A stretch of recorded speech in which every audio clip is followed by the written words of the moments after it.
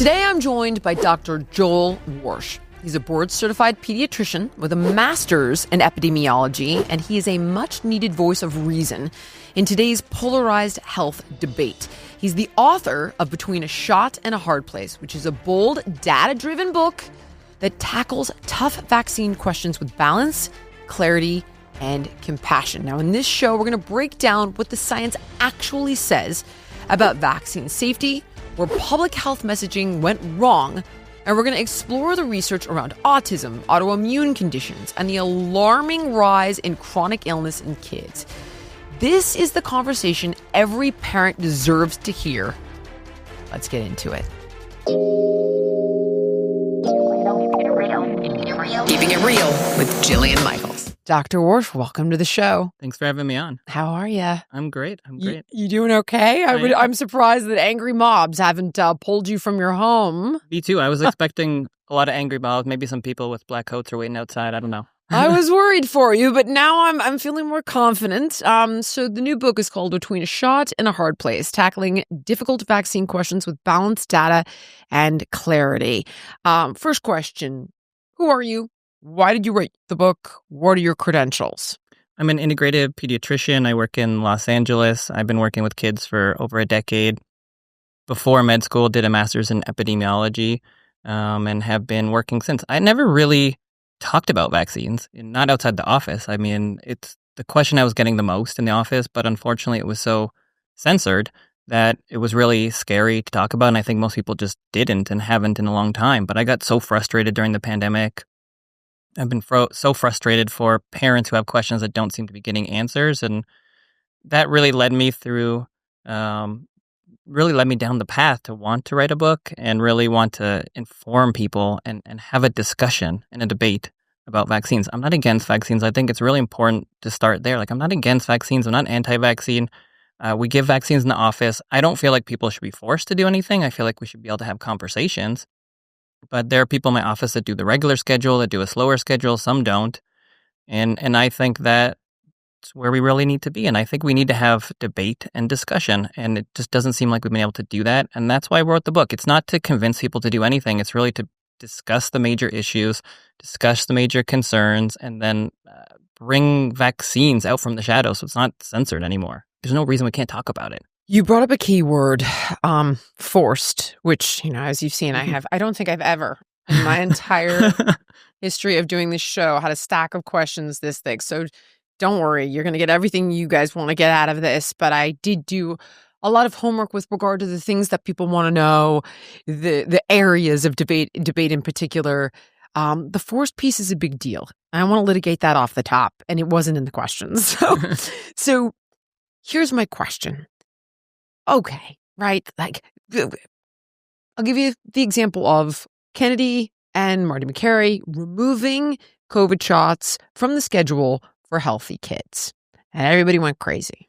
My answer was, hold on a second. You could still get the vaccine if you want it. And, then, so what is the issue, right? If you're giving somebody choice, they immediately default to the herd immunity argument. If you don't get it, you're going to give it to someone else. Okay, next, then I go to, well, but the other person can get the vaccine. Okay, ready for the next one? I'm sure you've heard it 1,000 times. Yeah, but I can still get sick, though, just not as bad. And it's like, but if you can still get sick, doesn't that nullify the argument? Then it's, well, what about vulnerable populations in the developing world? And my answer would be, then if you want to go into that country, you're required to get that vaccine. Explain to me if there is any scenario where you think a parent should be forced to vaccinate their kids based on the logic that I just laid out and, by the way, the severity of the condition. So one more example, whooping cough. It's now well known that I got my ass kicked by whooping cough in the beginning of 2025, and it can be fatal for newborns, as far as I understand it. Correct. So it's like, well, we're going to protect these parents from themselves, and we're going to force that whooping cough vaccine because it is so deadly. Okay, is there any scenario where you should be forced to vaccinate your kid for something? In my personal opinion, I don't think we should be forcing people to get vaccines. I think if you are going to force something, it needs to be very clear. We need to have discussions beforehand about what the scenario would be in which we would allow that. It have to be very strict criteria, very rigorous oversight of that, maybe looking at it very often to make sure. Because there could be something that would pop up that could be extremely deadly where it does make sense that we would have some sort of oversight. That's that deadly right now? Like, I want to play devil's advocate the whole show. I don't think on the regular childhood schedule there's anything that requires forcing people to do it. Really? That's my personal opinion. I think that it needs to be imminent. There needs to be an extremely high level of harm, an extremely imminent danger to force people to do things. My thought around medicine, and really the word doctor is to teach, right? Our job is to teach, is to inform, is to recommend. Okay. It's not to force. The CDC schedule is not a mandate. It's a recommendation. It's the recommended CDC schedule. So I think that's what we should be doing in medicine. I feel like a lot of the controversy around vaccines is around people feeling like they were forced to get the COVID vaccine and they're now worried or have been worried they're going to be forced to do something in the future that they don't want to do. Unquestionably. And in general, I don't think you need to force people to do things. The vast majority of people do get vaccines. They want to be convinced based on the research and evidence that it's the best thing for them to do, that the benefits outweigh the harms. And if that is true, you will happily go and get them. That's the way that I think it should be. Now, you say it's not forced, but arguably it is, because we've all seen that clip of Fauci being like, we made it real hard. You want to work? Right. Well, you want to travel? But I think that I think that is forced. Right. In a way. I think that, to me, we should get... Kids can't go to school We should get coercion out of the equation. I don't think you need to coerce people to force them to get vaccines to go to school, to force them to work. I don't think that's what you need. You need good evidence and research to show people the benefits outweigh the risks, and you want to get this because you want to be protected. And if you, with all of that information, decide that you don't feel like it's best for you in your specific situation, then that's how we do every other thing in medicine. Jehovah's Witnesses don't have to get blood if they don't want to. You don't have to take cancer treatment if you don't want to. You weigh the risks and the benefits with your doctor and you decide. Even if there is a theoretical benefit to you, you can choose not to do it. Herd immunity. If you don't do it, you're killing my grandma. So there is an argument there. For some of the vaccines, herd immunity does make a major difference because the disease doesn't have anywhere to go. So for something like measles, that does make sense. It's a important topic to understand from a public's perspective, because for those individuals that the vaccine doesn't work, for those individuals that are too young to get the vaccine, for those individuals that are immune compromised, if there's more measles circulating, there's more chance that they're going to get it. It's a very simplified discussion if you're just talking about that, because there are many other diseases which you could still get if you're immune compromised. So it's not just that one disease. And it's still this social contract of what do you owe to somebody else? And it's not a simple question. I don't think there's an easy answer there, because we do want to protect other people. Boil it down to the severity of the disease and a combination of how well it's been tested. So it's like, this disease is devastating and newborns can't get it and it will kill babies and the vaccine is really safe. We're mandating that for public safety. I agree with you, but it's hard because everyone has a different definition for that. What is safe? What are you protecting? What should you be protecting somebody from? It just becomes very nuanced. And that's why I think the conversation around herd immunity and the social contract of how we protect others is something we need to have serious discussions and debates openly and publicly, because it's not so simple. Like, is measles super deadly? Should that we protecting people from that? Is COVID what percentage of it is something that you should be protecting others from? I think that's a very difficult conversation, because it's not just about that. It's not just about measles. It's, you get measles, but then you get 15 other vaccines. So how many vaccines is too many? At what point do I feel like the burden on my own child is too high that I don't necessarily want to protect somebody else? What if I'm asked to, you can give a hyperbolic example of what if you're asked to give a kidney to another child? Like, there's a kid that needs a kidney donation. Should you have to have your child have that surgery to give a kidney? Most people wouldn't do that for someone they don't know, but you are protecting somebody else who needs a kidney. So there's a line, and everybody draws a different line. Obviously, a vaccine is very different than giving a kidney, but it's not as simple either or, especially as we're getting more vaccines and the schedule is expanding every single year. It's a more nuanced conversation. It becomes very difficult. So I understand, and that's where we need to have discussions and debates, because intelligent people are going to come down on this in different places. Everyone has a different ethical standard or a line or what they feel is correct, protecting your own kid versus protecting others, and both can be right. Okay, you're saying protecting your kid, which implies concern, and how many is too many, which also implies concern. Is there a cause for concern or not? I got every friggin' shot under the sun. I've traveled all over the world. I've probably been stuck 1,000 times with 1,000 things. Mind you, I am aware that the schedule for me as a child was nothing like this. I was born in 1974. So, cause for concern?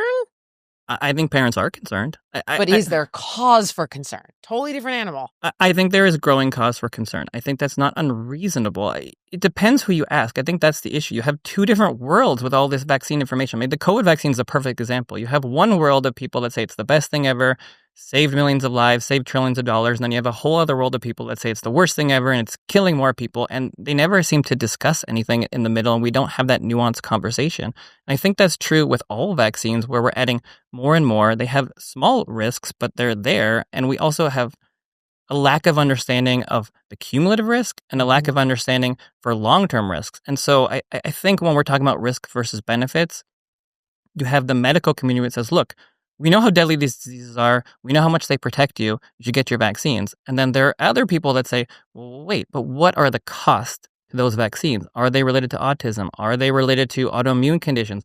Are they related to asthma? Because that is the most important question if you're trying to weigh risk versus benefits. I think we have a good understanding of how they can protect you, in theory, from disease. But the question is at what cost? Because if they protect you and they're not related to any of these long-term complications, that is a very different answer than if they are increasing your risk for asthma and increasing your risk for autoimmune conditions. And the standard medical community still says no, they're not related to those in any way. But I think there's a growing concern, more research, more understanding, and more skepticism among parents that these things are related in some way or might be correlated in some way. Okay, so 3 questions I highlighted just off of what you just said. The first one is, let's discuss the cost. In other words, you're suggesting, right, that there is a cost-benefit analysis with these medications. Vaccines. I've often suggested the same thing because I talk to so many doctors. So, for example, if I had a flesh-eating bacteria, I would want my doctor to put Cipro in every part of my body. But if I had a cold, I certainly would not want antibiotics prophylactically because they destroy your microbiome, and that has a host of negative impacts.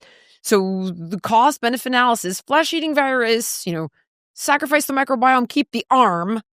So it's like, okay, with a vaccine injury, let's talk about this for a second. What does this look like, truly? What is considered severe? What is considered mild? It's like, oh, you just had a little bit of a fever. I thought, oh, there's a side effect. Oh, no, you've got myocarditis. Like, big continuum. Autism, all this stuff that you just listed.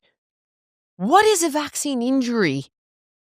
The difficult part of that is it's not very clear for a lot of people, right? So I think for a mild reaction, it's pretty clear, right? So we have a mild reaction, right? So basically, it's an immune response. You'd expect your immune system to do something if you get a vaccine. That's what it's supposed to do. So you get a vaccine. The things you see very commonly, they have a fever.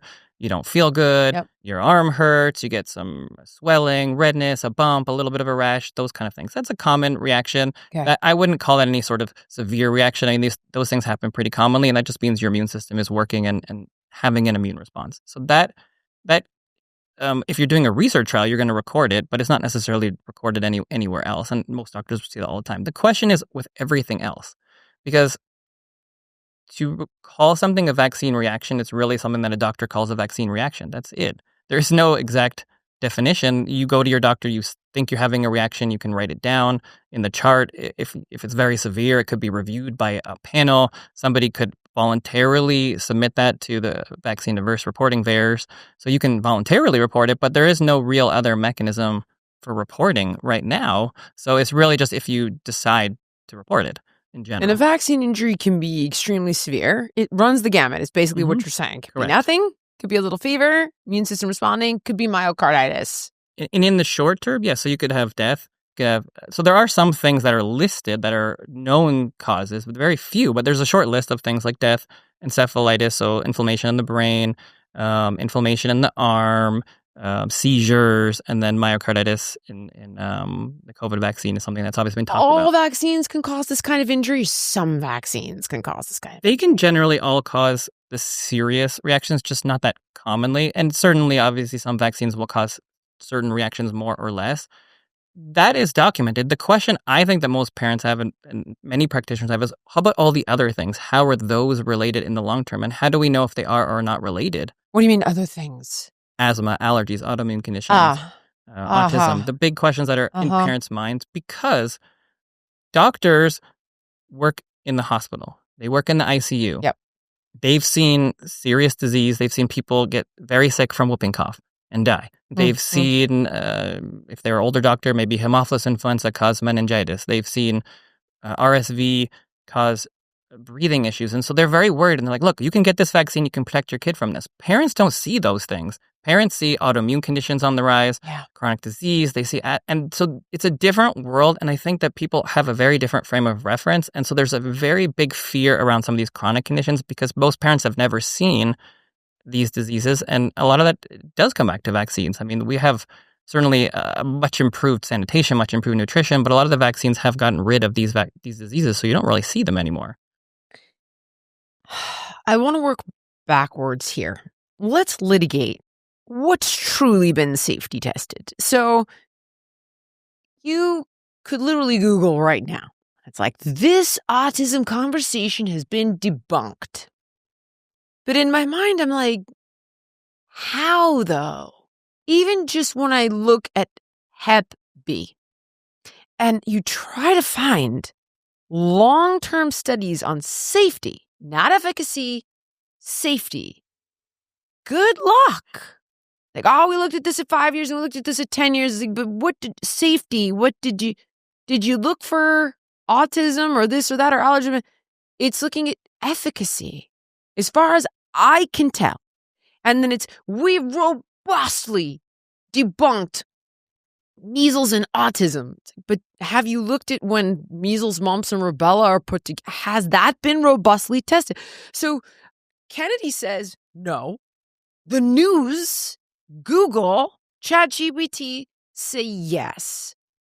How robust? Let me go to my safety testing questions in here while I look for my whole list of questions. It's okay. That's a broad enough question. We can go. Like what? Tell me, vaccine by vaccine. Some have been tested, some haven't. Do you want to do autism first or safety testing? Because those are both huge topics that are great. Do you want to do autism first? I want to go safety testing, and then because they're kind of like we've tested it for autism, so it kind of has like a they haven't really. So we'll get there, which is crazy. Okay, talk to me about the safety testing.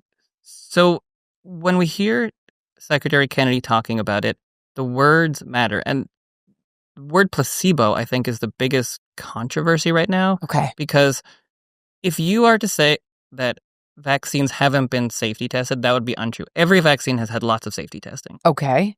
They've all been tested before they hit the market. They haven't all been tested in the way that we would consider the best safety testing Got it. now. Okay. And the vast majority, basically all the vaccines on the childhood schedule, were not inert placebo-controlled tested.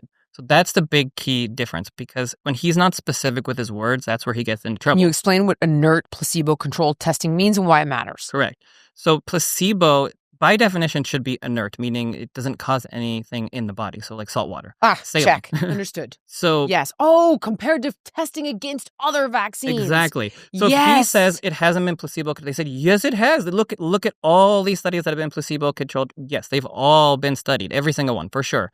But they haven't been inert placebo-controlled trial. Basically, all the vaccines on the market for kids have not been studied before they were licensed with inert placebo-controlled testing. Some have done efficacy testing. Some have done, mostly they've been testing against other vaccines. That's how they do it. So they test against other vaccines. They test it against the earlier version of a vaccine, or they tested against the vaccine minus the actual antigen, so the actual active component. So that's what he's talking about when he's saying it. And sometimes he's not very specific with his words, but that is true. There have been some inert placebo-controlled trials on some of the vaccines we don't use in the kids' schedule. The original polio vaccine, it was tested against saline, but the one we use now is different. So we have an ethical debate because we never did them in the correct way back then. because it was different science back then. It was 50 years, 100 years ago. They weren't doing things the way that we're doing them now. But once we have said that these things work, then you go, okay, well, we can't not give a kid a vaccine. So therefore, we test the old whooping cough against the new whooping cough. So you're testing your new DTaP vaccine against the old DTP vaccine. The old DTP vaccine was taken off the market for safety concerns.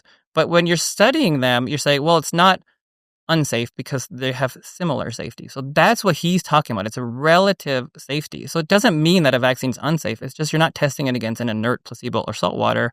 You're testing it against another vaccine. So the easiest example would be, imagine you take vaccine 1 versus vaccine 2. Both vaccines, you get 10 seizures. So after that trial, it causes 10 seizures, therefore it's the same, there's no safety risk. But if you had a third group that was salt water and that had one person get a seizure, you would say, well, that's a pretty different study, 1 seizure versus 10. So that's what he's talking about when he's talking about not having inert placebo-controlled trials. He wants that moving forward, which should be the reality. I have read that, and I didn't understand that it's like, well, that causes 10 seizures and this causes 10 seizures, so we're good, moving along. So that's the way that they can get around it sometimes, because when you're doing a blinded trial, unless you're lying or cheating somehow as a company, you don't know who's getting what. So the way that you could have the best results is to stack the deck. So you study one vaccine versus another. For example, the first pneumococcus vaccine. There were no other pneumococcus vaccines on the market. So you could study it against inert placebo. There's no ethics there. They studied it against the meningococcus vaccine in their safety trials. So there's only one reason why you would do that. And it's not because they're evil, just because they want to get the best results possible. That's what you would do if you're a company. If you're not forced to do something else, why wouldn't you do that? Okay. All right. I want to come back to autism for a second. I want to talk about the different technologies here. So this was briefly explained to me from an evolutionary biologist, believe it or not. I heard that episode was good. I really like. Thank you. I love her. She's amazing. Yeah. But let's talk about the different technologies. It's you know what? I'm not even going to try to butcher it. Tell me about the different technologies. Yeah, the vaccine tech. Before I try to explain it to you, and then you correct me. Yeah, the very basics are you would have killed diseases, you would have parts of the disease proteins, or the new ones are the mRNA. So it's genetics, where you're trying to create a protein to create a response. So you're putting some part or the whole disease, virus or bacteria, into the body, so that way you get an immune response to it. You're either killing it, you're inactivating it, or you're just doing one part of it. So you can't actually get sick from the disease, in theory, unless it's a live virus. Those still exist, though, in small doses, or no more live virus? There are some live viruses still. But usually they're killed. Such small dose. Okay, so the oral polio is the main one where there's that concern, because the oral polio vaccine was live and theoretically could convert back into polio, and people got polio. Most of the polio that people were getting for a long time was actually from the vaccine, which is why they pulled it from the American market, and we only get the inactivated polio now. When was it pulled? I'm curious. Like 20 years ago, I think. 10, 20 years ago. 20 years ago? Something like that. Maybe 30 years ago. It wasn't that long ago. Like, most of the polio we had was from, and it wasn't a lot. It was 1 in a million doses, but it was a lot when there was no polio. Got it. All right. So now you've got, all right, live, but that's kind of like, doesn't really, almost a extinct science. You've got dead pathogen or pieces of the pathogen. Enter the adjuvant conversation. So what Heather Hang had tried to explain to me, or did, let's see if I interpret it correctly, is that when you put a dead pathogen into the body, dead virus, dead bacteria, whatever, the body can or cannot care, can choose whether it's alarmed, and the immune system wakes up and says, uh-oh, pathogen, let me create a blueprint to kill this thing. Should I ever see it again? Since it's dead, they got to put an adjuvant in there, like aluminum or what the heck, with mercury. Yeah. Right, back in the day. Is this still happening? What is the genuine concern on adjuvants? And the argument, as far as I understand it, is the amount of mercury is so small, you'd have to eat 50,000 vaccines to ever be worried, and you get more mercury in the potato that you cooked that came from the soil. You said that very accurately. So the first thing is mercury was more of a preservative. So not so much for an adjuvant. It was more Okay. because for the multi-dose vials, it was to make sure that bacteria and fungus didn't grow. A Ah, little bit different of a reason, okay, but understood. another metal. Got it. So aluminum is in there. It's not so much for the killed infections. It's more for the pieces, like the proteins. Because so if you have a whole virus, whole bacteria, your body tends to respond pretty well. So like measles Okay. vaccine or chickenpox vaccine, which are the live vaccines, those are the ones that don't have aluminum in them. The other ones, like hepatitis B, the DTaP vaccine, those ones do have a little bit of aluminum in there because you're only doing a little part of Okay. protein. So your body doesn't necessarily create a robust immune response to that. And so the aluminum helps to do that. It's an immune irritant. It helps to stimulate an immune response in a stronger effect. So that way you have a better, more robust immune response. So that's why it's in there. It definitely works. The question is, again, at what cost? After doing all of this friggin' research, what is the cost? Or do you speculate at one? Does there seem to be evidence of one? It's tough because just like you said, the standard medical community would say it's a very, very, very small dose, and therefore we don't see any issues. You eat more aluminum every day. Yeah. It doesn't create an issue. Okay. My argument to that is it's not the same thing as injecting it. It's not the same thing as injecting multiple vaccines as you add more and more. I think we have an evolving understanding of these metals. We didn't think lead was a problem until we did. We didn't think mercury was a problem until we did.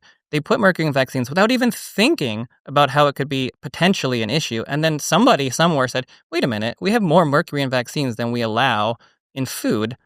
How does that make sense? And then people went, oh, crap. We do. And it's a little different form of mercury, but still, they were like, we have more mercury in vaccines than we have in food. Is that okay? And then now we're at this aluminum conversation where we say it's totally fine. We've done all these safety tests. It's totally okay. But if you look at the number, if you look at the details that we have, like the EPA, the FDA, they allow like 0.2 milligrams per liter in our drinking water. And in some vaccines, they have more than that. They have more than like 0.25 milligrams in hepatitis B vaccine. The argument is, well, it's one vaccine versus drinking all the time. So it's a very small amount. But I still think it's a different mechanism when you're drinking it or eating it. Your body has, I think, developed over time to deal with these metals because they're just in the environment in general. And so it's a little different when you're injecting it and the way that your body deals with it. And it doesn't mean that's a problem. I don't know. I don't know that anybody totally knows yet, but I don't think it's unreasonable for a parent to have concerns about it, especially as we had more and more vaccines that have aluminum in it. Then what is the cumulative effect, especially in kids that maybe they have a certain genetics, maybe they have a kidney issue, maybe they were born premature, maybe they just don't detoxify as well. Again, not to say that we shouldn't use it, but should we not be allowed to ask those questions to research it to make the vaccines the safest? Because if it is causing an issue, let's just say, wouldn't doctors want to know that? Wouldn't we want to know so we can make the vaccine safer? Maybe we could find a different adjuvant that we could use. Maybe we could use a different dose. I don't know. I don't know what the answer is, but if you keep adding more and more, at some point it's going to cause an issue. How many?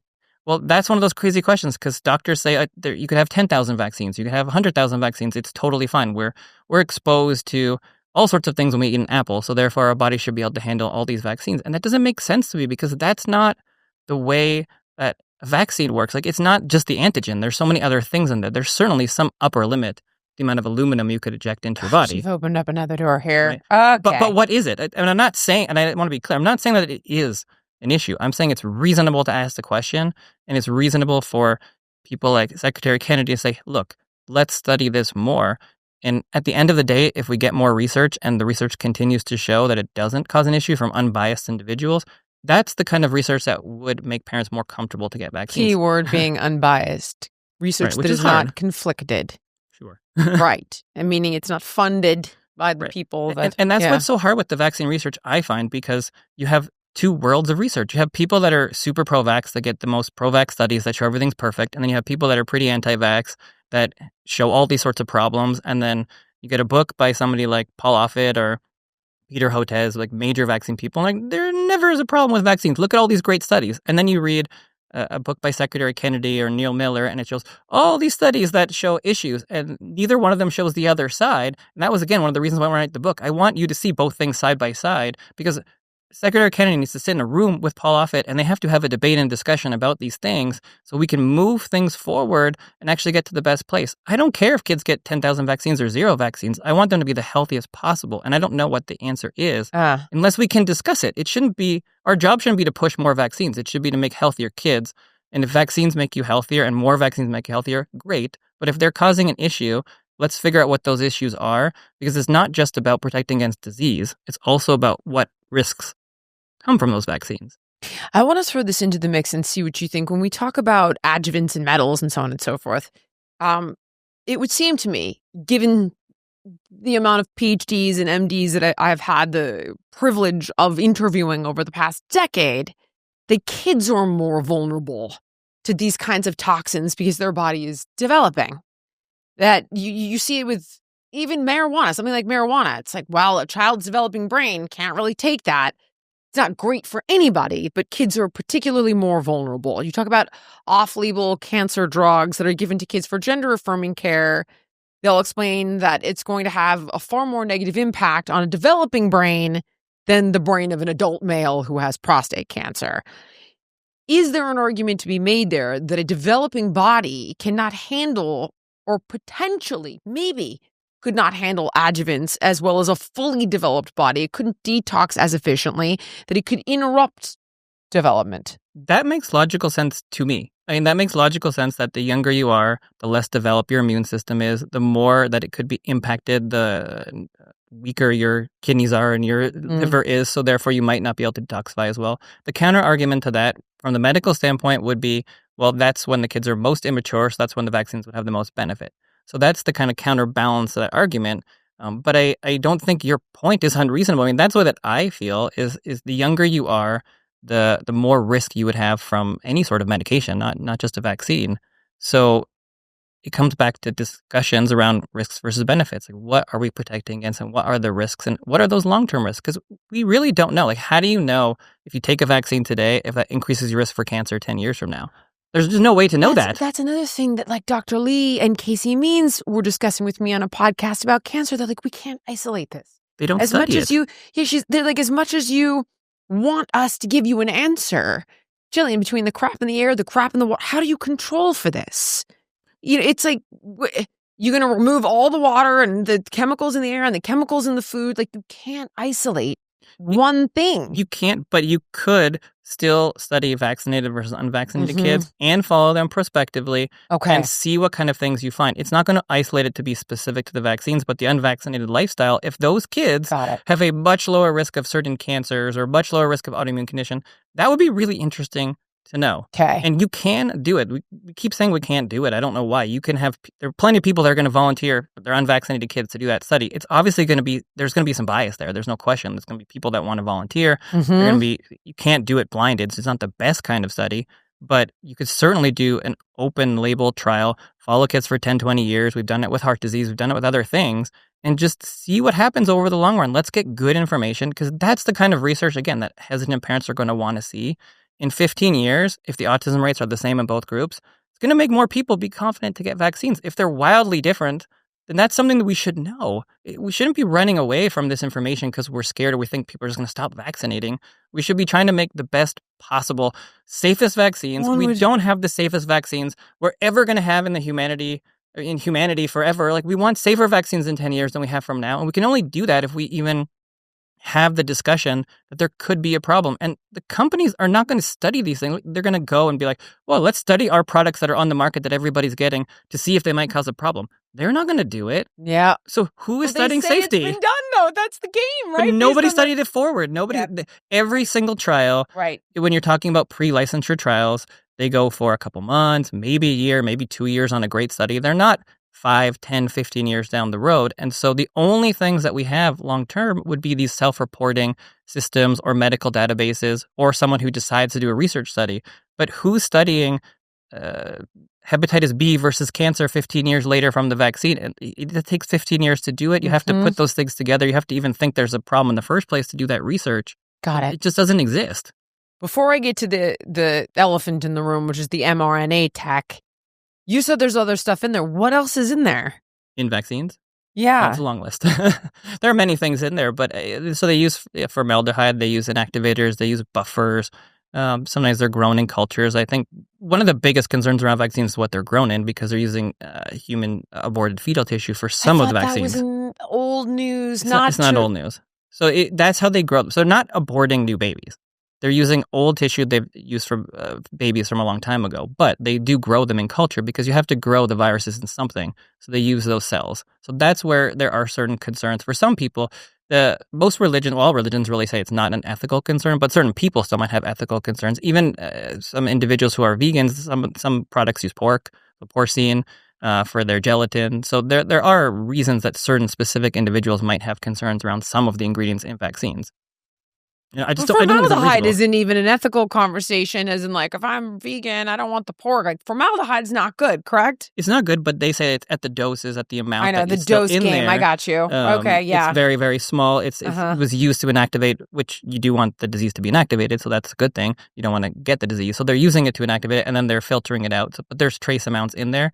The question is, are those trace amounts significant, harmful or not? They say no. Harmful at that stage of life, harmful if injected, not ingested, and harmful with regard to the cumulative amount of toxic load that we take on. And I think just in general, what's not discussed is the nuance around individual variability, where even if it's a small amount, you could walk by a peanut for some people. They could have a whiff of peanut and they can have a huge anaphylactic response. So what's to say that for some people, even that very, very, very, very tiny amount of formaldehyde couldn't be an issue for them?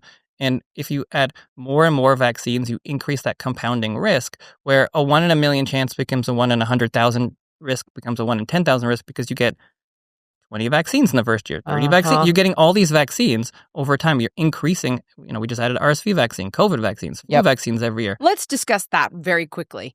So it's like, you get 72 vaccines. You don't get 72 vaccines, but you get 72, or it's recommended that you get 72 shots. So that 72 is a weird number that whoever decided on. It's not a real number per se. I thought I saw like a breakdown. It was like 18 COVID shots, 18 flu shots, 36, then 36 doses of... So it's not totally true anymore because I can add a flu shot every year. You can add COVID shots. There's an RSV shot. You can have that. So that's antigens. So if you're getting the diphtheria, tetanus, pertussis, that would be 3 of that 72. So you're not getting 70 pokes because some vaccines can have multiple things in them, but that's the amount of antigens, the amount of diseases you're preventing against if you're getting multiple doses. Okay. And that number's not even correct anymore. It's more like 100 now. It is? If you wanted to play that game. I do want to play that game. So it's more, you got more a bag like of, what is this down here? Oh, sometimes I brought in just the amount of vaccines that you could get if you got individualized doses in the first year. So it's like 25-ish. If you got all the vaccines. Yeah. So 3 hepatitis Bs, you can get a vitamin K and an RSV. You can get 3 hepatitis Bs, 3 DTaps, 3 Haemophilus influenzas, 3 pneumococcuses, 3 rotaviruses, 3 polio, 1 measles, 1 chickenpox, COVID vaccines, 2. You can get flu shots, 2. So it's a good chunk of vaccines. And when people see this, sometimes they're like, well, okay, now I understand maybe why some parents are a little bit afraid. They're not anti-vaccine. They're just nervous that this seems like a lot to them. Now, again, they're not necessarily getting these pokes because there are some combo shots. You can get a bunch of them together if you MMR, choose to. Right, but some people don't choose to do it that way, and they choose to get single pokes. And this, this is not like DTaP, but this is like, you could get like a DTaP, Haemophilus, polio, altogether. That's called pentacil. So this you could get this many shots in the first year, this many pokes, if you got individual shots. Okay, let's segue. This is the big moment we've all been waiting for. mRNA. Experimental technology. Okay. I've heard all of that. Push through emergency use loopholes. Okay. I've also heard, because I have admitted to this on the show, I can't even remember. I should go back into my emails, but somebody somewhere contacted my old producer on my podcast years ago, must have been 21, and was like, oh, we're offering up our vaccine scientists to explain to the public, what this new tech is. And I was like, amazing. What a great service. Fantastic. And this young 30-year-old kid came on the show and she's like, we've been developing this tech for 30 years. And I was like, wow, you're a vaccine. She was. She was 30 years we've been doing this. And I was like, oh, well, this is ridiculous. And I'm like, well, people are worried, you haven't done the safety testing for this. Oh, we've absolutely done it. We just fast-tracked it because it was emergency. All turned out to be bullshit. Just stays in the shoulder. Like, all bullshit, all a lie. So then I talked to Heather Hang because I still didn't fully understand what mRNA was, and it's arguable whether I do now, but I think I have a greater comprehension of it. So it was, we give you this shot of messenger RNA, and it basically tells your cells to produce the spike protein for your immune system to then go, aha, so we're not going to put the spike protein in, your body's going to make it, and then your immune system's going to attack that. Well, what the... That seems crazy bad idea. Potentially. Seems like it, depending on who you ask, I guess. But I'm asking you, what do you think? I'm still not sure. I think that's the crazy part is I don't know anymore. It's so hard to know because you get such differing viewpoints. I don't think everything that was said before was bullshit. I think there certainly was a lot of research around mRNA before the mRNA technology came out. Then the COVID happened, and then they fast-tracked things because it was an emergency, and they were worried, and they wanted to get things out faster. They killed the use of therapeutics. I mean, they famously demonized Joe Rogan for saying he utilized ivermectin. Do you realize that I have had my entire TikTok destroyed because I posted a TikTok with a gastroenterologist who was suggesting that ivermectin could have been a powerful therapeutic for COVID? Yeah, I violated their community and put dangerous disinformation into the world. But that was the problem, right? I don't think the issue was in the middle of a deemed emergency doing things faster. I think that's okay. The issue is censoring and not being honest. If you have some sort of emergency, let's say there's an Ebola outbreak, you need a new Ebola vaccine. You don't want to wait 3 years to get a new Ebola vaccine. You'll be dead. You need to go faster. So there's nothing wrong with that. But you should not say safe and effective. That, to me, is the issue. You shouldn't censor. You shouldn't force. You should say, based on the research that we have so far, the benefits seem to outweigh the risks that we've determined. And you don't force people to do it. You offer it to them. You say, we don't know. You might grow a third arm in a few years. We don't really know. But what we have found so far seems like it benefits, seems like it decreases your risk of hospitalization, seems like decreases your risk of death. And so we recommend it. And there's nothing wrong with that. I don't think there's anything wrong with getting something out faster in an emergency. That's what the emergency use is for. But when you demonize medications that have been used forever, when you censor people from asking questions, when you demonize debate and discussion around something, which we know happened. I mean, we know it happened. I mean, Mark Zuckerberg said it. They were taking things down from the internet just because they were trying to not promote hesitancy. That is the complete wrong direction. That's why nobody trusts medicine anymore or the CDC or anything else, because they know they've been lied to. What do you think about all of these podcasts that have all of these doctors, which I have avoided? My concern is that they would be like the Daryl Cooper of vaccines. I don't know if you're familiar with this. Like, okay. So it's like, the guy that basically said that Churchill was also partially responsible for exacerbating World War II. I'm like, you know what? That's just not a hill I need to die on. They can watch these people on much bigger podcasts than mine, and God forbid I get it wrong. I will give a platform to pretty much anyone, even people if they confront me with things I don't like. I'm willing to debate it and litigate it and let the audience make their own decisions. As the temps start to rise, I get that familiar urge to refresh my closet. But I am done wasting money on trendy pieces that I wear once, which is why I'm obsessed with Quints. The clothes are timeless, elevated, built to last, no insane markup. I'm talking about 100% European linen shorts and dresses that start at just $30. Italian leather platform sandals, luxe swimwear that looks straight off a runway but costs half of what you'd expect. Quints partners directly with top-tier factories, cutting out the middleman so you get designer quality at a price that actually makes sense. And they only work with ethical, responsible manufacturers who care about people and the planet. Personally, I stocked up on the linen tees and the tanks, and believe it or not, a killer summer dress. Occasionally, I do wear dresses. And honestly, it finally feels like my wardrobe matches my standards. Upgrade your wardrobe at quints.com. Luxury should never mean compromise. Team, Give your summer closet an upgrade with Quince. Go to quince.com/Jillian for free shipping on your order and 365-day returns. That's QUINCE.com/Jillian to get free shipping and 365-day returns. Quince.com/Jillian. Right now, the headlines are chock full of data breaches and regulatory rollbacks, making us all vulnerable. But you can do something about it. Delete Me is here to make it easy, quick, and safe to remove your personal data online. Delete Me knows your privacy is worth protecting.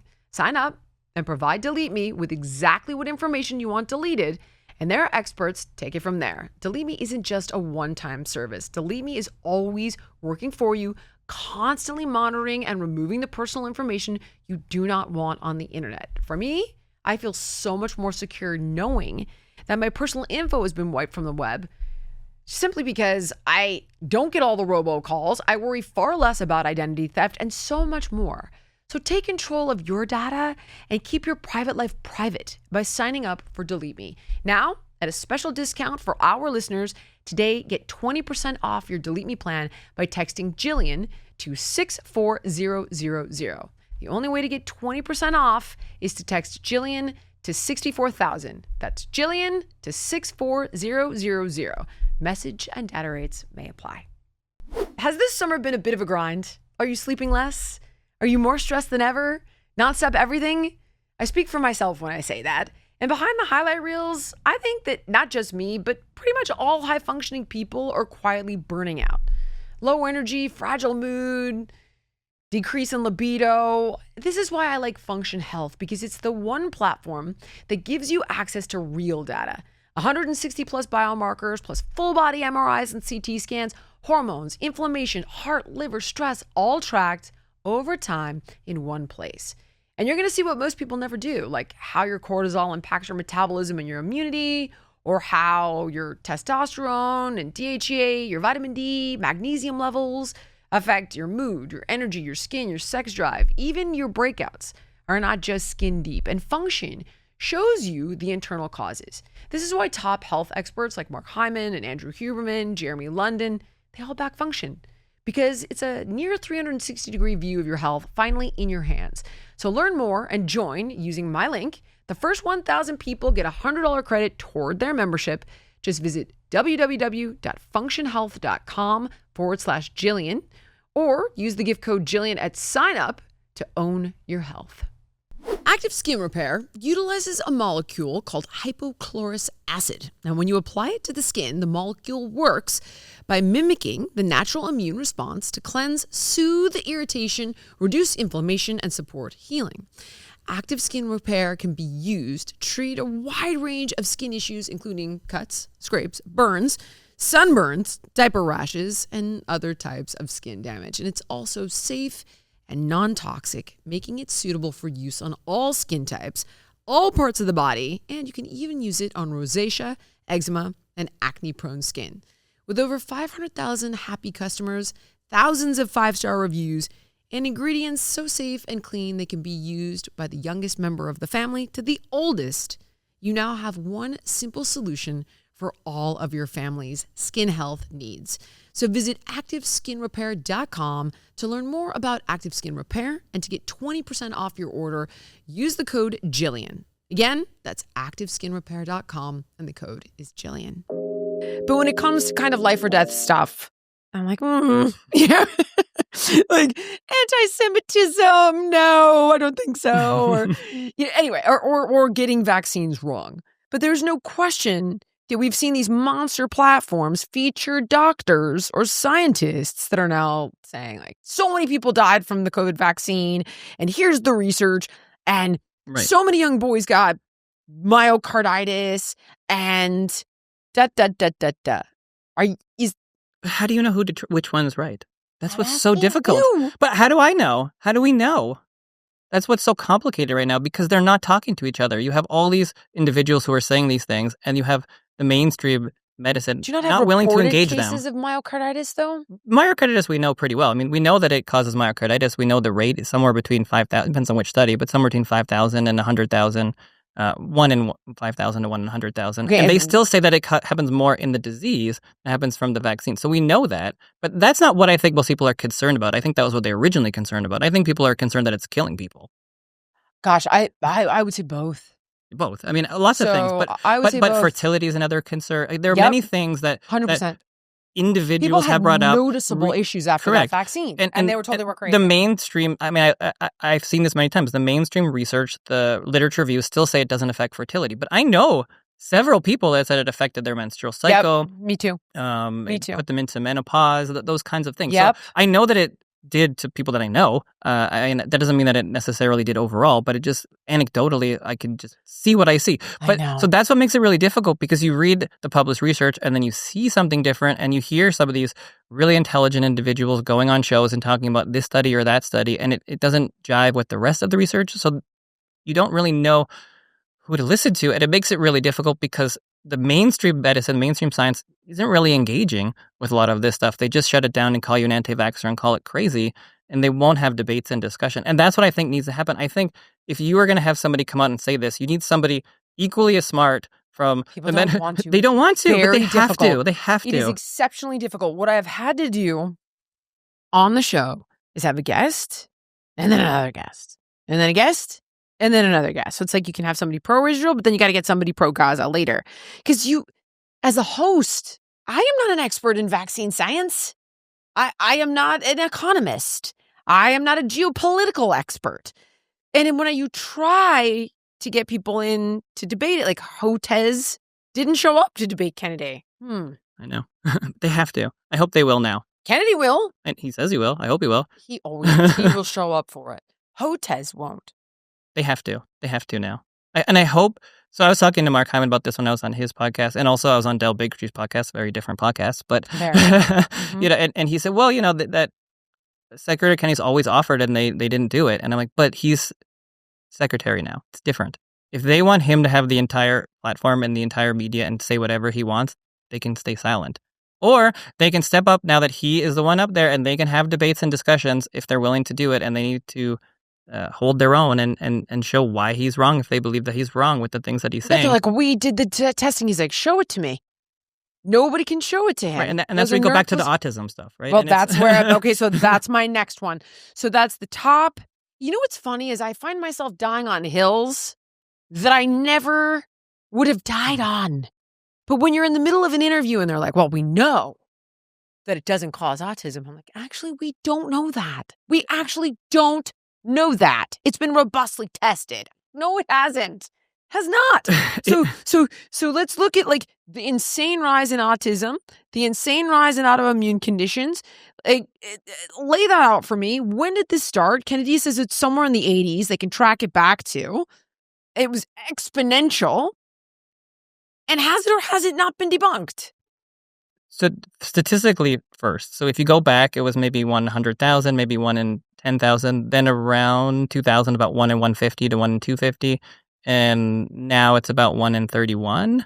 And in California, it's 1 in 12.5 boys. So that is a astronomical rise over a few decades. The first part of the debate is are we just noticing it more? Is the categorization different? Were there a bunch of people that were autistic before that we just never diagnosed? And I think that's partly true. I think it's partly true. I mean, you can tell if your kid has autism. You can tell that they have severe autism. You can't always tell if they have mild autism. And back then, they weren't necessarily categorized. Okay. We're much more concerned about autism these days. Okay. We're talking about it a lot more. There are many people that were not diagnosed that were diagnosed later in life. So I think in terms of the mild autism, in terms of like very, very functional, but maybe have some issues with communication, that is true. For sure, we're diagnosing it more now. Okay. No question about it. Because we have screening tools. We do a lot more. Okay. So I think that's a part of it. Okay. But we definitely don't have 1 in 12.5 adults, males, that have autism in California. It's insane. You could look around, you look at any school, you look at any playground, there are many kids with autism. That was not the way that it was before. We have much more severe autism. It's like 25-30% severe autism. The rate of severe autism is rising. There's no reason why we have to be so angry about this conversation. You could have a better diagnosis, and you can also have it happening more, and we can try to figure out why. Why don't we want to figure out why for those people that need our help? I just had this argument with A New York Times reporter, who I'm sure is doing a hit piece on me. If it doesn't turn out to be a hit piece, it'll be a miracle. But she's like, well, you said that autism, they haven't done robust testing for autism, and they have. And I was like, first of all, Kennedy said that. I'm telling you that, don't you want to get to the bottom of it? And we have yet to get to the bottom of it. You point me to the study where we've gotten to the bottom of it. Yeah. Go. Point me to that study, please. When we are in training, we are taught that it's settled. That's what I thought. I thought there was so much robust research because you hear it over. I'll get to what it actually is. Okay, but I'm telling you what I thought. Got it. Okay, sorry. When I was even going to write this book, I still thought there was lots of research that must be out there, good studies, robust research, and what I was aiming to do with the book was to show both sides, right? So I thought I was going to show all these really good studies on autism that show that vaccines don't cause autism. And then I would also show the other studies, like this is why people are saying that it's not settled. There are some other pretty good studies, like it's both sides. When you actually go look at the research, which you have to do for yourself, and you can't just trust what other people have said, it doesn't exist at all. It's insane. Like the only things that we have are on MMR and thimerosal, the mercury component. We haven't studied any of the other vaccines against autism. You get DTaP, polio, Hep B. You get all these vaccines in the first year. We studied the MMR because of the Andrew Wakefield research, which was concerned about the MMR causing autism. So they tried to debunk that. Tell people who Andrew Wakefield is, just in case they're Andrew Wakefield was a researcher back in the 80s, 90s who did those big studies you've all heard of that were debunked, where he linked potentially MMR to autism. That was kind of the first big wave of debunking around that. And so that's why we do have some research around MMR. We have pretty decent research around MMR at this point. Yeah, MMR is the one. But then I'm like, go to Hep B. What do you got? But we have nothing else. And you hear testimony from people saying, well, okay, does Hep B cause autism? No, it doesn't. What research do you have to show that? I don't have any research. We have no research to show that it does.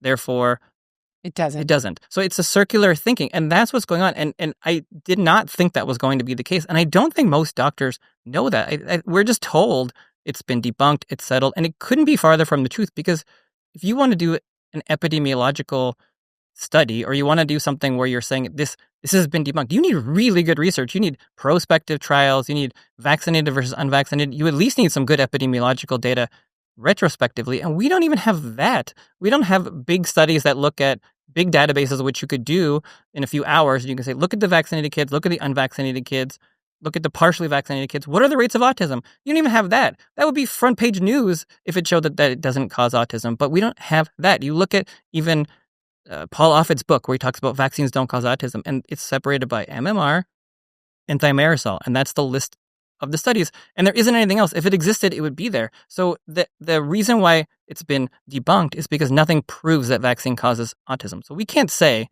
vaccines cause autism. We can't say anything.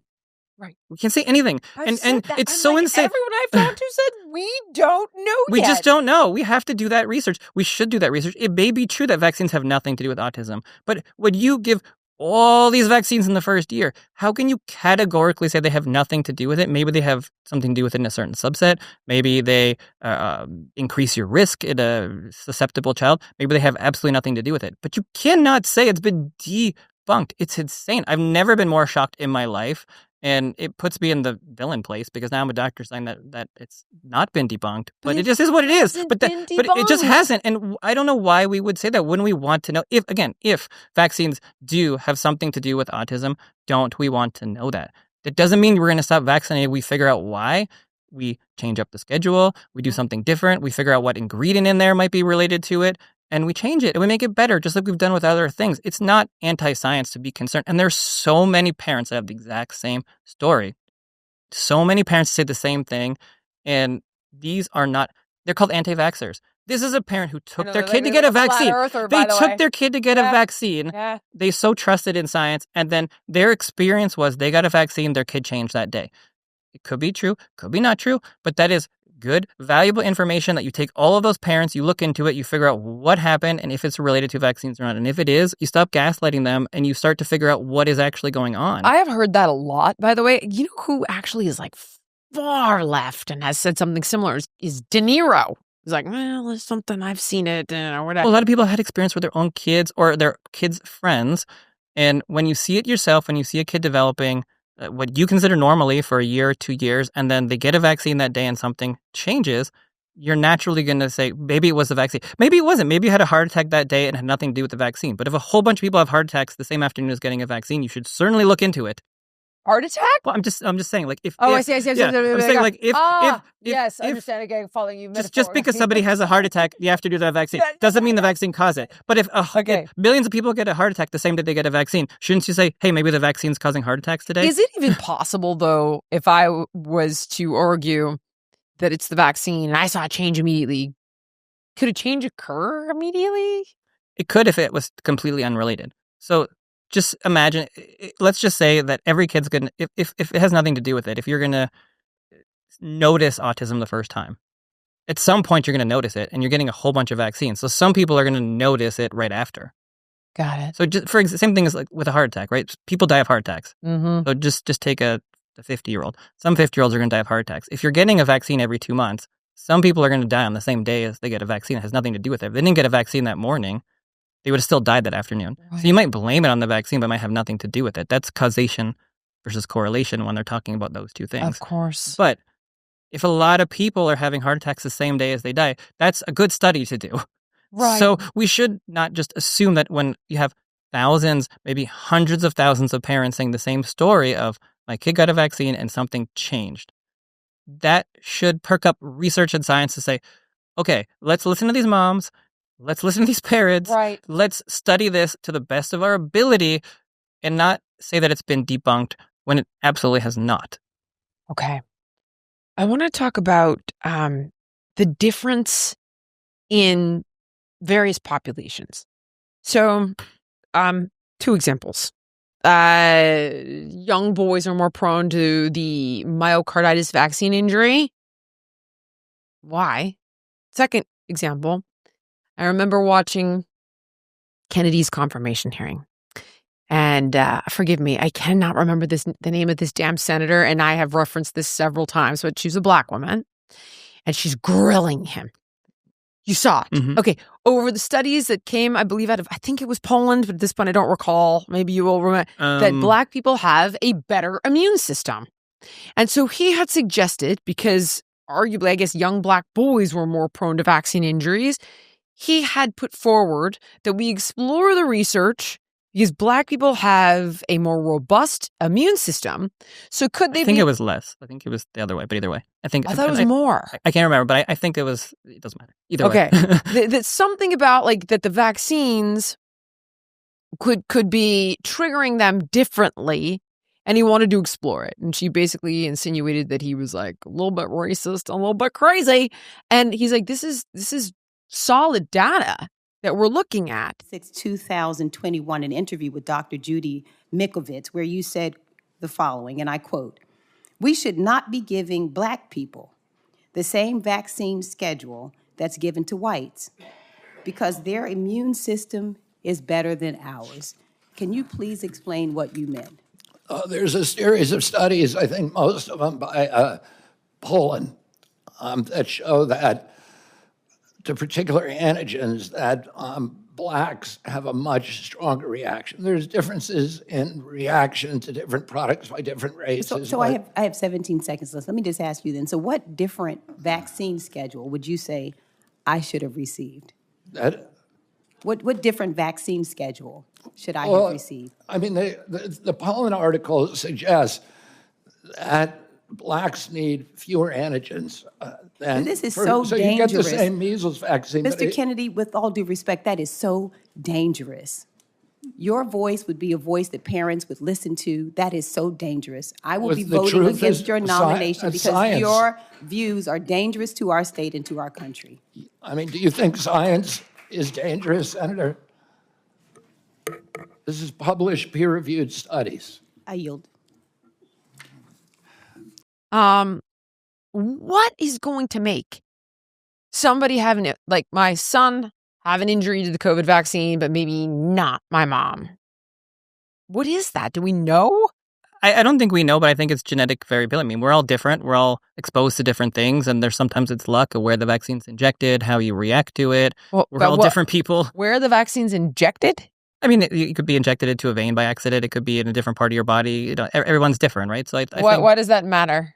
if it gets right into a vein or an artery, then it has more access to go places easier. It's supposed to be in a muscle, right? When you're So if injecting. it gets into a so then why aren't they like doing that thing where they pull out to see if there's blood? Theoretically, you're supposed to do that, but most people don't. That's never happened to me one time. It's generally not done. I mean, it's assumed that you're putting in the areas where it's not going to be in a vein, but it could still theoretically happen. But either way, everyone's different. So that's the simple answer. People are different, cultures are different, and so I don't know why it would be inherently racist or anything classist or sexist to study people differently. Vaccines are going to affect cultures differently. They're going to affect locations of the world differently. If you have a concern around a certain population, men or women or African Americans versus Asian, I mean, there could be differences in different vaccines of how people react to things. There's no reason to be upset about that. I think if there is a specific concern because of some research or data, then why wouldn't you also explore that? You could do sub-analyses within research to look at specific populations to see how it affects them differently. Right. There's old research that shows that maybe African Americans, this was one of the big controversies originally in the autism research, where William Thompson was one of the researchers on one of the original studies on autism, and he came out later and said that they found that there was an increased risk for Black African American young children for autism, and they took that out of the research, and he was apologizing for that and said they changed their protocol after the fact. So there is precedent for this. There is precedent for different populations to be affected differently by vaccines or by medications, of course. Why wouldn't it be? Why wouldn't we be affected differently? Men are affected differently than women. So then why is there a one-size-fits-all approach to this? Because it's the easiest way to do it. Son of a bitch. It's the easiest way to do it. It's the way that it's been studied before. And I don't think we necessarily had the technology like we have now. But this is where, when we hear the NIH and the CDC talking about using new technologies, I think that's good. Like, that's what we have to do. We have to start using some of this new technology information. And That's over here. I think that's useful. I mean, we have to stop assuming that everybody's the same. We have to stop assuming that there's a one size fits all. It's not anti-vaccine to be worried about reactions and to say, okay, what are the genetics that make you most at risk? Are there some supplements or herbs we could take? Are there some things we could do? What makes you at highest risk to have a reaction? Let's minimize that risk. The more we can minimize the risk for a reaction, the more people are going to be confident to do it. And right now, so many parents that are hesitant feel like the only thing that anybody cares about is money. The only thing that we care about is the doctors care about making money from getting vaccines. The companies just care about doing more vaccines.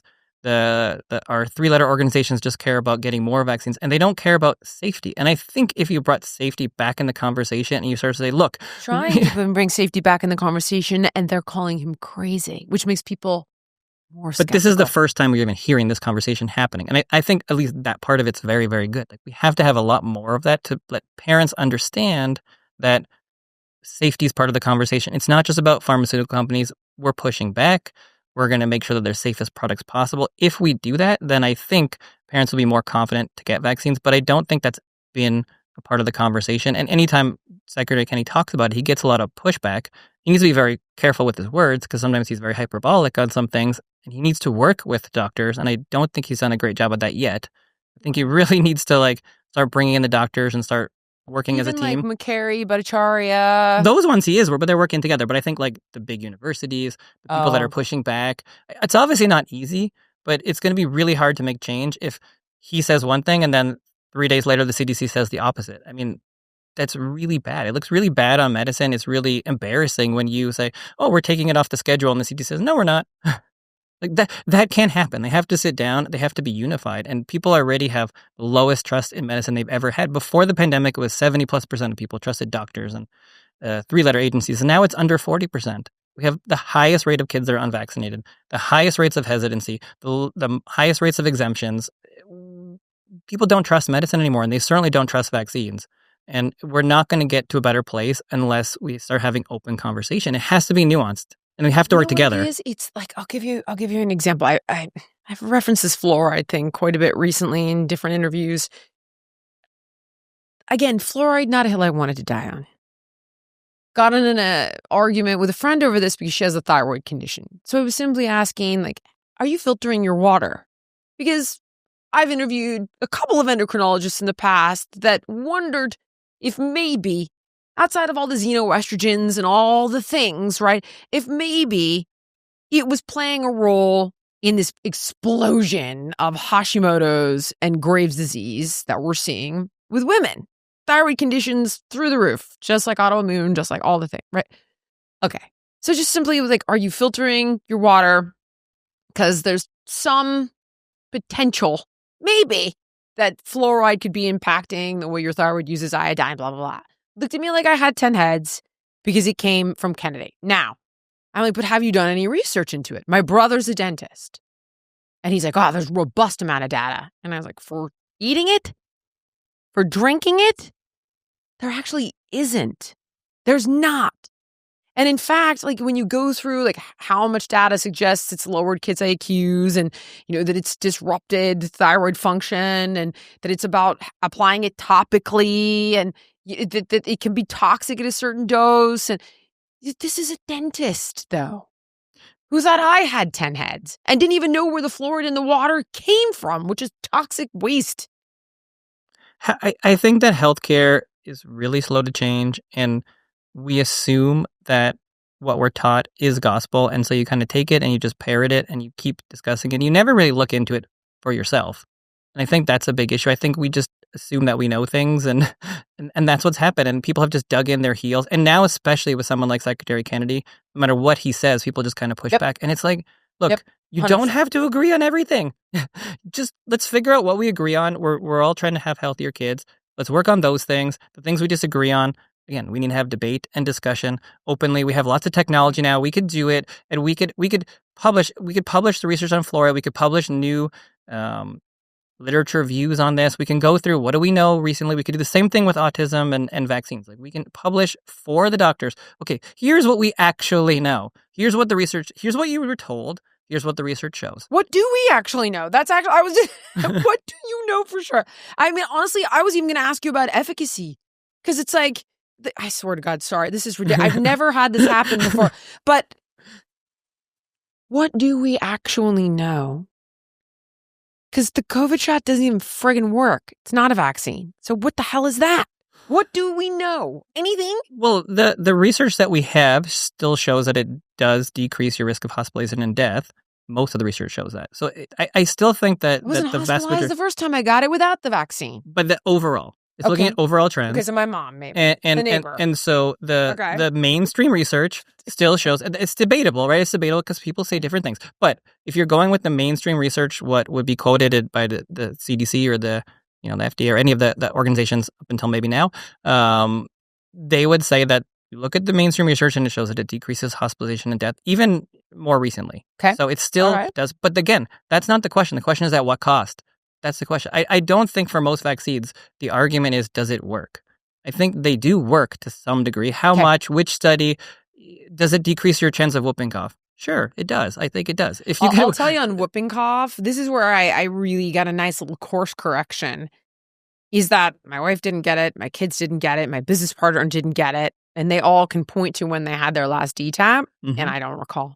Right. And most people don't think about it until they get sick with it. And you're like, okay, well, do I really need the Haemophilus influenza? But if your kid gets meningitis and goes to the hospital, you might have a different opinion. If you get whooping cough and you get super sick, you might have a little bit different opinion on the benefit of the vaccines. Most people don't see the benefit, so they think, oh, well, it's just risk. But it's not just risk. If everybody stops getting some of these vaccines, some of these diseases will come back. And whooping cough, for most people, it's not that big a deal, but it's not fun. But it can be. And if a baby gets it, they could die. So I think that we have that kind of understanding. People have just forgot it because we haven't seen a lot of it. But when it happens to you or it affects someone that you know, but that doesn't negate risk versus benefits. It doesn't negate that both things could be true, that a vaccine could protect you from whooping cough, but you could also get some sort of serious complication from the whooping cough vaccine. Right. And so each person needs that good information to say, okay, my risk of getting whooping cough is this. If I get whooping cough, here's what might happen. And if I get the vaccine, here's what might happen and here's what my protection is. But we don't have a good picture of the risks from the vaccine, so it's really hard, I think, to make that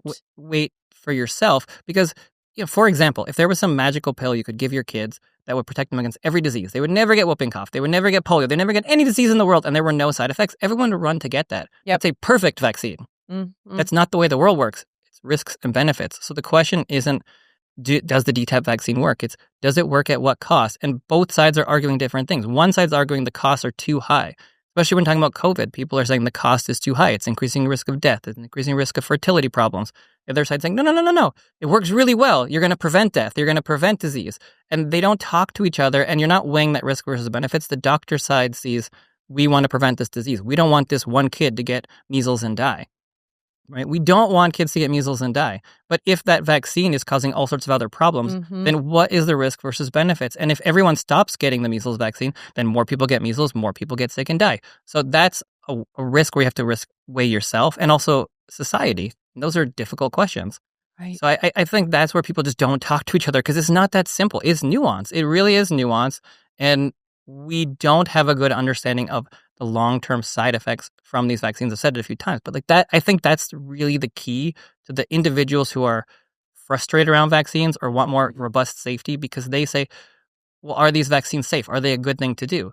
And then they say, I don't know. Because it depends what the risks are. If it doesn't, I already know the audience is going to be like, but what is the answer? Like, people just want, yes, they want it. And black, that's what, white, don't. There is no black and white. That's why the vaccine book, this book is gray, because there is no black and white. We don't know. You have to wait. We don't have the answer. But you don't. But in here, you do tell them what to weigh out in Correct. order to make I go decision. through it, and you have to make your decision based on what we know. But a big part of this is opening up the discussion to being open to talking about what we don't know. Like when you talk about autism, if we continue to say it's been debunked, we'll never have a better answer. If we say what it actually is, which is we don't know, I'm not giving you the answer for whether it does or doesn't cause autism. But if you understand the landscape of the research, then people can go, oh, yeah, that's not that controversial. Oh, he's not a crazy crackpot. Oh, this person talking, Secretary Kennedy on the news isn't saying something crazy. He's actually saying something true. He wants more research, and we need more research. But they think it's been debunked. Yeah, they sure So they do. call him crazy. And it's not crazy what he's saying. It's correct. But you have to know that fact. If you don't know what the research is, if you've just only ever been told it's been debunked and you hear it over and over and over again, that's what you think it is. Buy it. I know. And then it's like, point me to we've got to, just had this argument with the New York Times. We've done so much research. I go, point me to the problem. That's what pushed me to put Point it to me. I would never have written a vaccine book 2 years ago. I never thought of it. I was very straight-laced. I think, I'm very lucky I met my wife. She's very natural-minded, so it opened up my eyes to a lot of things over the years, and then just watching COVID happen. Yeah, COVID was a big friggin' red pill. I thought I could add this to the conversation. I thought I could add debate, which I think we need. I want to ask you, Kennedy has referenced something in the 80s. Something in the 80s that made autism begin to explode at an exponential pace. Do you think that's true? And if so, it would be couldn't you look at all right, what was introduced when? Chemicals to food? Maybe. Chemicals to vaccines? Maybe. A new vaccine? Maybe. I know that 1986, I'm not trying to be conspiratorial here, but that pharmaceutical companies were given blanket immunity in 86 from the Reagan administration. Is there something in the 80s, or do you think it's just kind of this random conspiracy theory? I don't think it's a random conspiracy theory. I mean, I think we became more aware of it. We had more diagnosis, but then a lot has changed over the last 40 years. And so I don't think it's that easy to point to one thing, and it's not one thing. There's no way it's one thing. I've taken care of kids with autism that never had a vaccine. So if you just assume... Yep, I've heard that one too. If you just assume that it's all from vaccines, that's not true. It's got to be some sort of accumulation of chemicals and toxins, genetics, our environment. It's all sorts of things. I mean, autism isn't one thing. I don't think it's one thing. I think it's many things. I think you can have certain genetics that leads you to have those characteristics. You could have some sort of infection or some sort of disease that could trigger it. Maybe it's a chemical. I think it's different things for different people, and we call it the same thing. But for us to just assume that it's just normal, that's the problem. It's something's happening, and we have to look at and the answer to your question is, why don't we know? Why aren't we studying it? Why aren't we looking into it? I mean, we are, I hope now.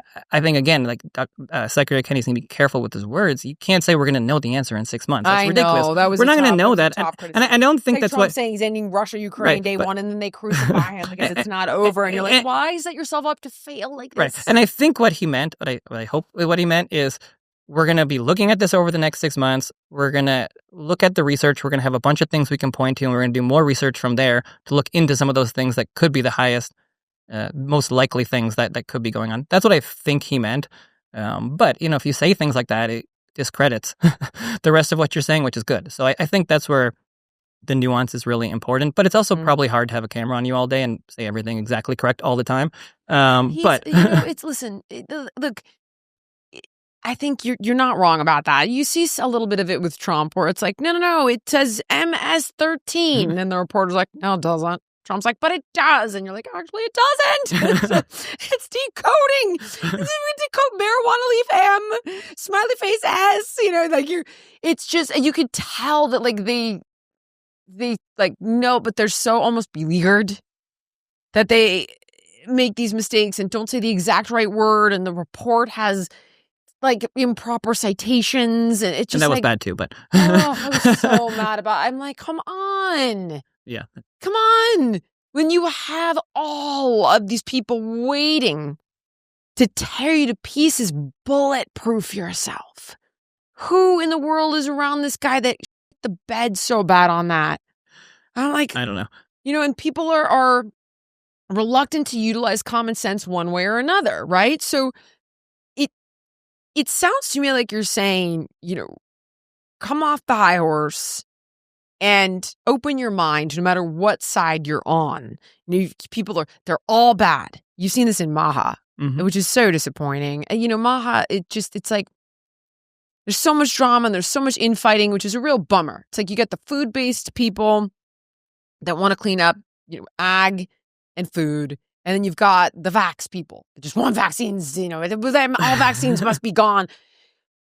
And it's like, and then you got the people that the Hotez is, no, all vaccines are the best thing ever and there's nothing to worry about. It's all been debunked. Where is that middle for you right now? Like, what is your hope with this book? So one of the things that I've seen over the years with my wife, she's a lawyer and she does a lot of mediations for her. Tough job. Sometimes she'll do that as a family lawyer. And you have to find the common ground. Like, we're not going to necessarily get everyone to agree exactly, but we have to figure out some sort of middle ground, show people both sides, show them the other side of the argument so they at least understand where they're coming from. And we can research it. We can start to find some sort of middle ground discussion. And the literal point of the book was to talk about vaccines. Just literally have the word be allowable on social media and have discussion and debates and hope that we can come together on shows like this and talk about vaccines, because nobody did. Like, people just didn't talk about vaccines forever. I know I didn't. Mark Hyman had the first episode in a very long time talking about vaccines and just going on things that are like, very left, very right, very whatever. It doesn't really matter to me, but just having the discussion and letting people ask questions and going on that journey with parents and saying, like, here's what I know, here's what I found. All right, let's discuss this. I don't have an agenda per se of what I want people to do. I just want to talk about it. And I think that's what we need right now. Do you tell them how to talk about it with their own doctor? That is in there as well. But it's hard. I mean, I think that's also hard. But they look at you like you have 10 heads, some of them. I believe that some don't. But that's part of the key. I think everybody bringing it out of the shadows and being okay with talking about it. Like, I get comments all the time like, oh, I started reading your book and it's fantastic. I don't really feel comfortable posting about it, but like, thank you so much. And it's like, until we can get to that point where people can feel comfortable being like, this is something you should talk about. Let's like, it can't be controversial to have a discussion about vaccines. It can't be controversial to talk to your doctor about vaccines and not feel like you're going to get kicked out. But people do. But the more that people start to have intelligent conversations around this, I think it's going to push the medical community to open up their eyes a little bit. And I certainly know lots of doctors have reached out to me. I thought when I did this, I was going to get all sorts of hate. It hasn't really happened yet. It still may, but it's been out for a few weeks now. And really, nobody's been yelling at me or saying that it's like super crazy, that kind of stuff, which is good. I mean, that's a huge difference than just a few months ago where probably I would have been deplatformed. Yep. And maybe lost my license or whatever. And again, I'm not seeing anything controversial. I'm just literally pointing out what the research is. And it can be taken as controversial, like what we talked about with autism. It could be taken very controversially. But if you actually go look at it, then you would be like, oh, that's what it says. Maybe it's not debunked. No. Maybe it's not. Like that's what I want. I think if people realize what it actually says, they wouldn't have so much anger towards someone like Secretary Kennedy. And they might be more open to some of the things he has to say. And then we could start to move forward in a little better direction. What's interesting, though, is part of me is like, okay, put your kid in the study for glyphosate on the eat glyphosate side. Mm-hmm. Put your kid in the eat petroleum-based food dye study. Like, go ahead and eat that truckload of petroleum-based food dye that you say is like, oh no, we can go to do that, and then drink the atrazine in the water, and then have fluoride tablets. And like, if I put all of this on the table in front of a person, be it a parent or a child, you'd be like, wait, what? You want me to drink that chemical and eat that chemical and inject that chemical and do? Nobody would do it. But when it's like somehow in a junk food they like, or in a shot that's been, and by the way, I'm not anti-vax either. I'm the same. I'm like, obviously there's something here. Let's try to make this as safe as possible so nobody gets a vaccine injury or they're greatly mitigated. But the way that they have been politicized is extraordinarily unfortunate because there's nothing political about vaccines. There's nothing political about health. I mean, I'm glad a little bit that it became a part of politics this year because at least it brought it out into the open, but it's not political in any way. It has to come back out of politics because there's nothing that one side or like kids are not political. It doesn't make any difference. We need to focus on what actually works, what minimizes their risk, what helps them to be the healthiest possible.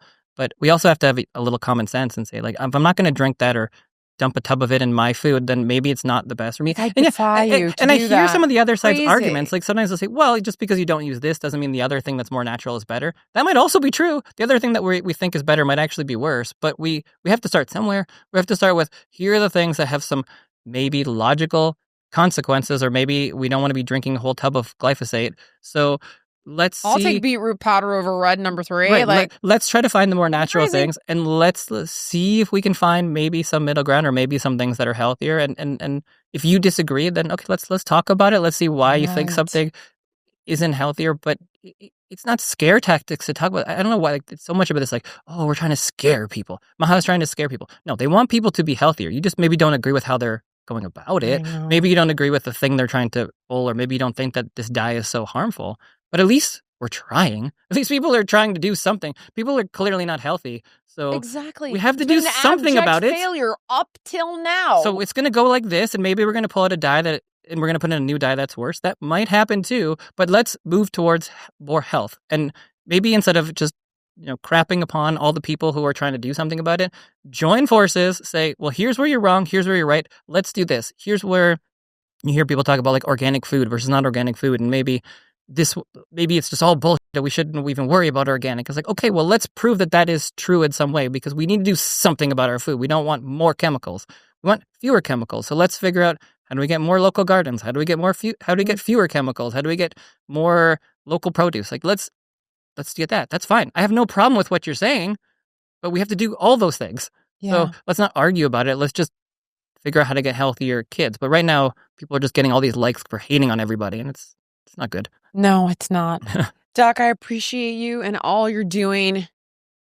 Where do we get the book Between a Shot and a Hard Place? Tackling difficult vaccine questions with balanced data and clarity. You can get it all the regular places, Amazon, just in case. the shop book, just in case someone is like, you know what, I don't have it online. You actually have to come to my house and pick it up from my garage. That's the only place you could get it, because I don't want the men in the black coats to see it. Hey, where do we get more from you? Where can we find you? At Dr. Joel Gator on Instagram or X.